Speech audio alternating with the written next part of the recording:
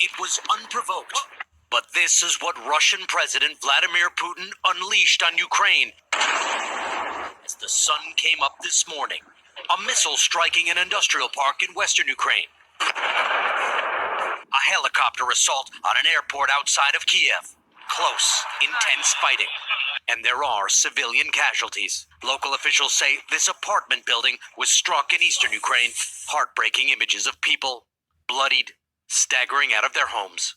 And this is what remains of another family's apartment. A baby stroller among the debris. We traveled to this Ukrainian military installation near the eastern port city of Mariupol. This radar station took a direct hit. Russia is picking off Ukraine's military facilities one after another. But Ukrainian troops are fighting back. And Russia is also suffering losses here. Ukraine says it's destroyed some Russian tanks using American-supplied missiles. That this is a damaged Russian helicopter. And that it has captured some Russian soldiers. On day one, the army has been holding strong, but they're being pushed to the limit by Russia's full-scale invasion with attacks across Ukraine, which is the size of Texas, from areas near those pro-Russian enclaves in the east to the capital Kiev in the west, even capturing the still radioactive Chernobyl nuclear reactor. It all began from a desk before dawn, when Russian President Vladimir Putin declared a special military operation on Russian television. Russia cannot feel safe, develop, and exist with a constant threat emanating from the territory of modern Ukraine, he said, describing the government in Kiev as a junta of neo-Nazis determined to build nuclear weapons.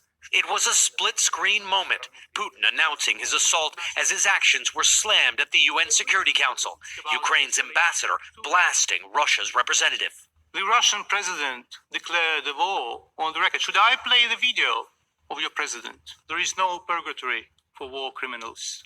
They go straight to hell. Later, after Putin stopped speaking on cue, the missiles and airstrikes began. Russian tanks rolling across the border from Belarus in the north and Crimea in the south. For Ukrainians, the choice was to hide in deep Soviet-era subways built long ago to shelter Ukrainians from an American attack, or to run if they could get through the traffic heading out of Kiev, or to ride it out, stocking up on food and cash. How are you feeling? This is your mother. I'm trying to keep my children calm. Putin is not helping. We are Ukraine, she says. Putin says he's doing Ukrainians a favor by trying to get rid of their Nazi fascist government. What do you think about that? He isn't protecting us, she says. It would be better if he sat there in Russia and did not touch anyone or anything here. Ukraine is fighting for its right to exist as a sovereign country and against a man who says Ukraine belongs to him. Richard joining us now. Richard, Putin insists he's not trying to occupy Ukraine, but what can you tell from what you've been seeing about what might be the goal here? Well, he might not want to occupy Ukraine, but he certainly wants to overthrow the government. And to do that, he'd likely have to take the capital, Kiev. And U.S. officials say that is what he probably intends to do and where many of his forces are heading. Thanks for watching our YouTube channel. Follow today's top stories and breaking news by downloading the NBC News app.